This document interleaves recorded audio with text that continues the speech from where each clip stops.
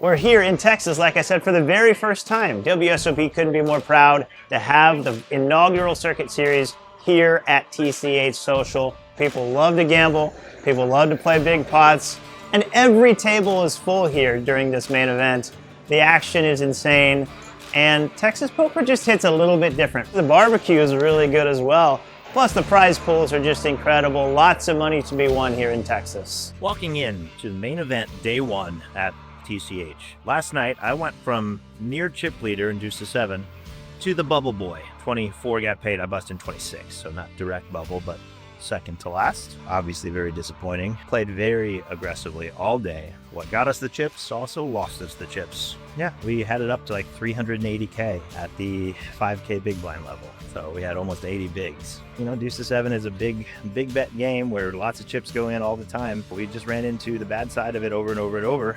Near the end, I opened up Deuce 3, 4, 7, 7 actually, which is, besides a pat hand, one of the strongest hands you can have in the game, because you're trying to make the wheel the best possible hand is Deuce 3, 4, 5, 7. So I got 4 of those cards, plus a blocker to the 7, so it makes it harder for other people to have a strong hand, and it makes it less likely that I pair up when I draw. I opened that hand up to 14K. Matt Cosentino 3-bets me to 32K. He's got 150K effective. Back to me, out of position. As the money's approaching, I'm going to put max pressure, jam all in, and he calls. He has a pat 10. So he's got 5 cards 10 or below that are not paired. His hand is made. So if I pull a 5, 6, 8, 9, or 10, I win. Unfortunately, I pull a king. That cost me. Blues a quick 30 bigs there. We lost a couple smaller hands when our 10 lost to somebody else's 10. That cost us another 15 bigs or so. Then, this is the hand that I regret. The guy opens the cutoff off of 27 bigs, I believe. Again, we're like 4 away from the money now. I still got 40 bigs, and I find a pat 10 in the small blind. 10, 8, 5, 3 deuce. Made 10 is going to be the best hand very, very frequently. And again, as the covering stack, I can put pressure on him near the bubble. I jam all in. He looks like he hates his life, and then he flicks in a call. Now, at this point, I should ask myself, does this guy have worse than 10-8? It's possible he has 10-9. It's possible he's drawing. I think I should probably break my 10 and draw to an 8. But instead, I pat, and he pats behind, which is not what I wanted to see. And he shows a maiden 9. So that left us with crumbs. And then we got it all in with another wheel draw, 2 from the money, 7, 5, 3 deuce, and we draw another king. So just worst case scenario over and over and over to take us from big stack to busto. When you're playing for the win and you don't really care about the bubble, it's going to happen sometimes. I'm sure when I walked out, people were saying, man, he had piles. Oh my God, he torched it all. That happens. But I gave myself a great chance to win the tournament, I'll tell you that. I mean, I need to get more polished in the game to know those fringe spots exactly, you know, what's the right move. Maybe I played everything perfect. Maybe I blundered over and over and over again. Feel pretty good about my play, and I'm not too upset. You know, the bubble was, I think, $1,200 and first place was 14K. So when I'm playing these events, I'm going for the win. Didn't happen this time. But the main event starts today, and we can wash our sins clean and get back into the 2-card street. See you there. The daily vlogs are back this summer at the WSOP, and this year I want to bring one of you down to Vegas with me to play the main event. All you have to do is subscribe. If this channel hits 10K subscribers before the main event starts, I'll give away at least one main event seat, 50-50 stake, put you up in a hotel room, give you some one-on-one coaching both before and during the event. Hopefully see you win the thing. Like, subscribe, share with family and friends so we can hit my personal goal of making 10K subs this summer. And then we'll see one of you in Vegas. Well, we're cruising along nicely in the main event, and then disaster struck just before the first break. We still have a few chips, but not many. Guy limps from middle position, fairly weak, loose, splashy player that we want to isolate and play big pots with. We find ace-9 of clubs on the button, and we make it 2,200 after he limps for 400. Folds around back to him, and he calls quickly. So the limp call 2,200. That's what you're working with here. Flop is ace-9, 5 with 1 spade and no clubs. Ace-9, 5, we flop top 2 against that range. We're going to try to build a pot, target his weak aces that he limp called with. Probably get a lot of folds just from stuff like pocket deuces, threes, and fours that are in there. He checks, and we bet 2,000, and he calls pretty quickly. Feeling pretty good about this. He has a lot of weak aces that doesn't want to raise but can't fold when he makes a pair. Turn is an offsuit 8, unless it's... No, I don't think he has 6-7. So he checks, and I go big. I go 65. And he snap calls. When a guy snap calls on the turn, doesn't even think about raising, usually they don't have a set, right? If they have a set, they're going to at least consider the possibility of raising before calling. Snap call indicates he's got a weak-ish hand or a hand that he just cannot fold, like a pair and a flush draw, a pair and a straight draw, something like that. So that's what we know going into the river, and the river is a 4 of spades. So it does bring a backdoor flush in. The only hand we lose to is the nut flush, I think. Possibly something like 9-7 of spades. Given the read, we thought he had an ace. I think the only hand we lose to is the nut flush. That said, I think he has a lot of 2 pairs, and he checks to us. I don't think we can just check behind. I think that's wrong. We go for 13K. He thinks for a while, and then he moves all in for like 24K. Very annoying. I don't know if this guy ever check raises with a worse 2 pair. Or a bluff, for that matter. But I think it would just be a disrespectful fold to fold top 2, getting the price that we're being laid. If he has ace-8, ace-4, ace-5, and he thinks we have ace-king, maybe he would do this. We have very few flush draws with the line that we took, so I don't think he's scared of the flush necessarily if he does have 2 pair. I go ahead and say call, and he has ace-7 of spades. So exactly the kind of hand we thought he had. Unfortunately, it was the nut flush version, and he got a lot of our chips. We shoved all in the next 2 hands right before break and got those through, and we have something like 15 big blinds now. We're going to try to build that up relatively quickly. We're not here to grind 15 bigs all day long when starting stack is 40K. Come back to the 500 big blind level. Got to get this in, build it up, or start over again. There's only 2 bullets per day, unfortunately, because there's 3 starting flights. We'd rather not be done before, we really get our seat warm. But let's try it. Here we go. I'm stepping away for this update before the break just because it's so ridiculous what I'm seeing here in Texas. I just saw somebody 5-bet jam 120 big blinds with Jack-9 offsuit. The hand history is so ridiculous. Why would I even tell it? He 5-bet jammed Jack-9 offsuit and got called by pocket 10s and lost. And I just won a hand with pocket aces. Under the gun opens to 2K. Hijack calls for 2K. I 3-bet the button to 8K. Opener folds, but the hijack calls. I have 2 aces. Flop is 10-8-5 with 2 hearts. Guy just donk rips 24,000, and I call. He has Jack-10 suited. We hold. These massive pots here, I could be chip leader or out on any given hand. It's playing like a live stream Texas cash game. That's how good these tables are. So if you've never played in Texas before, this is a spot to be. Just like that, we're out of the main event. Told you. Mike Patrick. Guy opens the button with ace-3 offsuit to 2,200. I 3-bet from the big blind with ace-king offsuit to 8,800, and he calls. Flop is ace-8-3 rainbow. I bet 20K. He moves all in for my 40K or so. Can't fold, obviously. He calls. He has ace-3 offsuit, and we are out of the main event. That's a perfectly reasonable Texas hand. So we're going to hop in the BLO and then come back for the main tomorrow. Well, today was one of the craziest days of poker I've had as far as hand histories go. Now I moved over to PLO streets after I busted my 2 bullets in the main. I lost with double suited aces all in pre twice. And then I got all in with ace, king, king 3 single suited versus aces. When you have kings in PLO, you're always worried about getting it in against aces, obviously. But it was 14 bigs effective. I had an ace blocker. So obviously we're just getting our kings in there, and we did not improve. So rough day of poker. 2 bullets in the main, 2 bullets in PLO transparency. Main were $17, PLO was $600. PLO was massive. They got 450 something entrants, which is just insanity. Almost 5x the guarantee of 50K, almost 250K in that prize pool. Main event, we're going back to play tomorrow, obviously. Super splashy fields. Players absolutely gambling up a storm, playing it like it's a 1-2 cash, like it's a 10 cent, 25 cent cash game. We're going to try to collect on that tomorrow, but we just got to make some good hands and holds. See you tomorrow, day 1B of the main event here in Texas. Good night.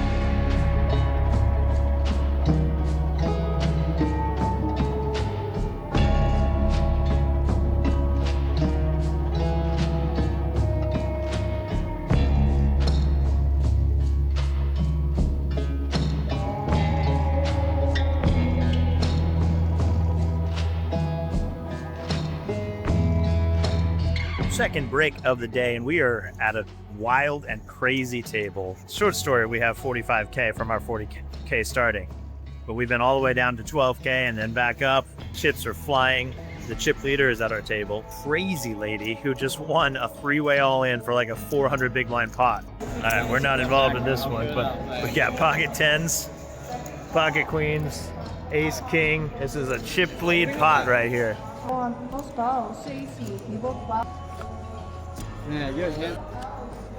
my God! Oh my God! I'm about to pee in my pants. Queens, ace, king, pocket tens. She had pocket tens and she drilled a full house on the river for just absolute piles. We've been fairly card dead and haven't really got a chance to get much going, but this is the table to build a stack at. It's easy to get impatient when you see people winning massive pots and you just don't have the cards to play with. So we're just picking our spots, picking up small pots along the way, well-timed bluffs, trying to stay afloat while we wait for a good spot. We can win a massive pot. 45K going into level 7. Excellent table. That's the short story. Third break, dinner break. We started with 40K and now we have 43,000. So really trending upwards now. Again, best table in the house. Chips flying everywhere. 300 big line pots left and right. We have not been the recipient of any of them. We had it up to 100K and then we opened pocket queens to 3,500, 1,500 big blind. Guy next to axe shoves like 16 bigs. Pulls it back down to us. We call. He has king 10. King hits the river. Anytime we go all in, we lose. We're still alive somehow. That's not going to last forever. Coming back to the 2K big blind level, 22 bigs in stack. Still free chips left to win if we can just pick up a hand and hold. We really don't want to move to another table. Let's stay here all night long and collect all the chippies. Mike Patrick. Don't fold the gut shot. Gut shot. That's bad advice, Mike. So bad advice. You're a terrible poker coach. I have never seen a gut shot this year. Maybe that's what I'm doing wrong. All the gut shots. Okay. Well, you have $8 trillion. You can do it. Here's the thing. If I have a gut shot and you walk up with a pen and pad, I'm in there, baby.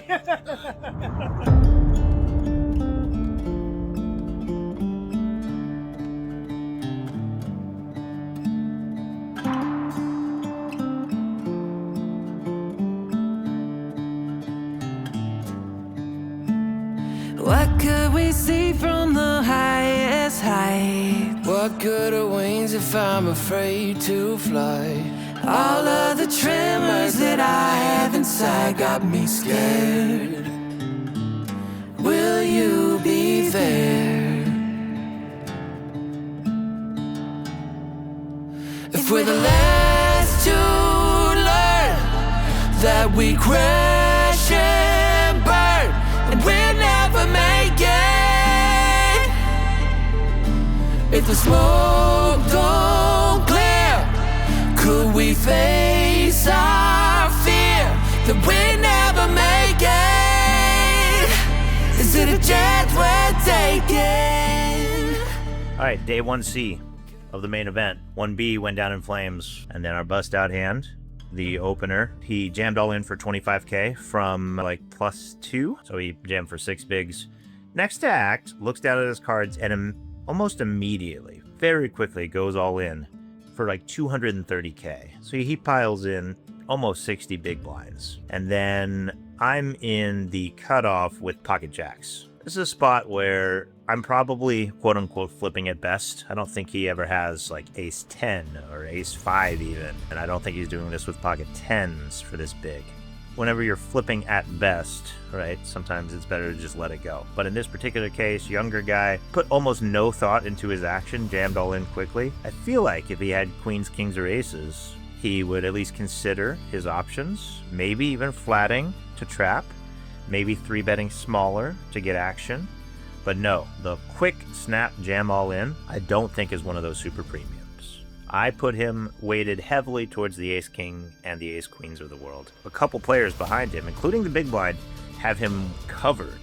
So he is risking his entire stack. I find jacks, I think it's a good spot to flip against this guy, especially because the opener could have broadways and an ace in his hand himself.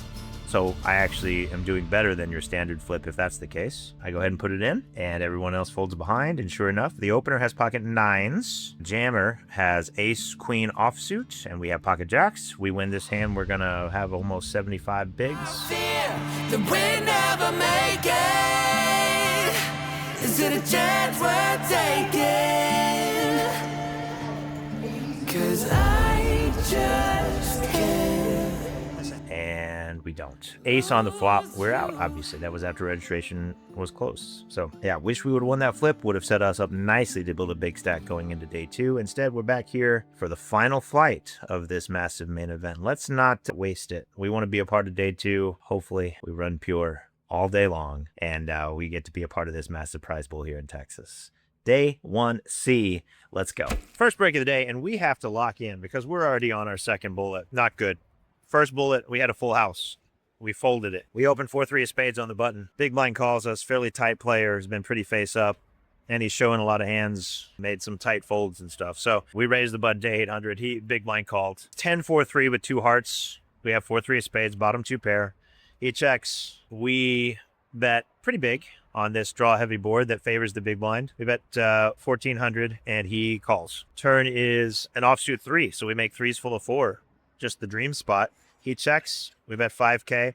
He calls again. River's king of hearts. So the flush comes in. He does not bet, though. He checks. And now it's just the dream spot. We're going for some value. I don't know that he has a flush, though. Targeting a 10 with our bet size here on the river. It's a scary card. If he does not have a flush, an over card that also brings the flush in means it's going to be hard to get value from a 10, which was what I thought he had most likely. So I bet 8K. He snap shoves all in. The read on this guy is he's pretty tight, not going to put his tournament at risk if he doesn't know he has the best hand, that sort of thing. I know it sounds crazy to fold a full house, but I have the absolute worst full house. I just don't think this guy's doing this with a flush, to be honest. He might be. I don't know, but I'm betting when the flush gets there. So unless he has like the ace high flush and he's trying to cooler a worse flush, a lot of people I would not fold this to, is my point. I fold, and he shows 4-4. We got out of there without losing our whole stack. But then, half our stack, more than half our stack is gone. We raise ace jack of hearts, get 3-bet by the hijack next to act. Button calls, and I call. The flop is jack high, jack 9-7 with a flush draw. Basically, we check, call the guy down, and he has pocket kings when all the draws brick and everything. Comes brick, turn, river. So yeah, maybe we can get away from that one, but with not very much left in our stack after the big full house cooler, we take top to war to the river and end up losing. Now we're at a new table. We haven't really played any hands. 40K starting. We've got like 37 just because we went through the blinds twice. But this is our last chance to find a bag in the main. Let's try not to waste it. We are going to say a few words here coming up before the break is over. So we'll do that and then we'll hop back to the table. Thank you, sir. Hi, players. It's been a pleasure sharing the felt with you for this whole week, donating back to the poker economy. But I just wanted to say, on behalf of the World Series of Poker, this is a special week. The first ever World Series of Poker circuit in the great state of Texas here at TCH Austin. So I just wanted to say a few thank yous. First of all, to the staff here, the dealers, the bartenders, the servers, security guard, restrooms attendants, everyone that would rather be playing where you are in your seats so that you can play. Give them a round of applause. Thank you all for the hard work this week. And then to the owners and the managers here at TCH Austin, this was not just a couple months of planning. This was years of dedication to the game and growing the game here in the great state of Texas that led to us being able to make this happen. Thank you for having us. It won't be the last time, and appreciate all you players coming out to support them and the work that they do here in the state. And then very last thing, I just need some applause. It's a yes or no question. Would you like to see the circuit back here in the future? All right, I think we'll keep that in mind. Keep an eye out for second half. We might be able to make something happen. Good news in the future. We're going to throw it back out to get you back started in level 4. I'm going to hop in on my final bullet as well and try to spin stack up. Let's go.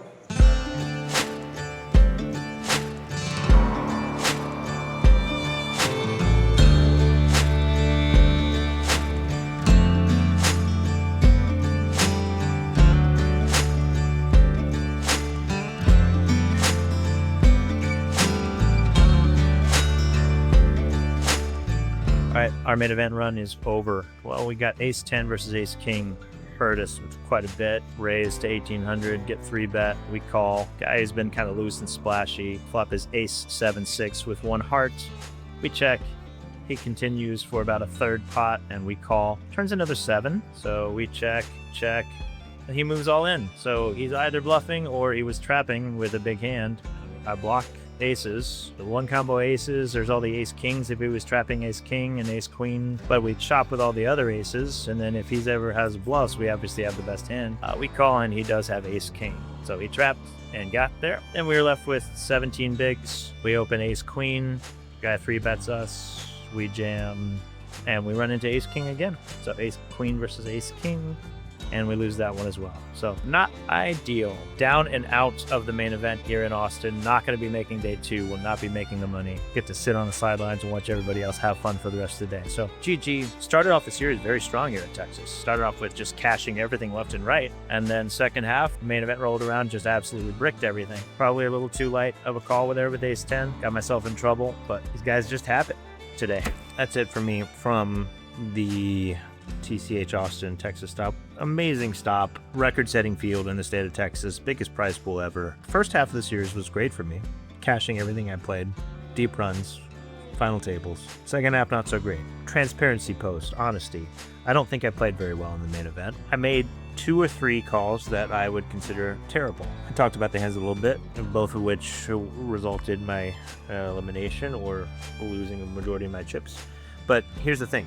In those hands, you can run them through a solver. It will say I played the hand perfectly. Doesn't mean that I played them well. I haven't got where I am in poker because I do exactly what the solver says. It's smart, efficient, and wise to know what the solver says in frequent spots that you face pretty frequently and know what equilibrium, what the right decision is. But in the majority of the fields that I'm playing in, deviation and adjusting to player tendencies and populations tendencies is extremely important. I've done this for a long time, and intuition is extremely important, and trusting your internal voice and your gut in those spots. In these hands that I'm talking about, my internal voice, my gut told me that the guy had to have it, and yet I knew that if I was folding this hand, I'm folding way too much, that sort of thing, and I didn't listen to myself. You can, know all the solver outputs all day long, but if you're not willing to listen to yourself and to trust your gut and to make the play that you think is correct in the moment, then bad things are going to happen. This isn't to say that you should just disregard what the solver says at all times. Like I said,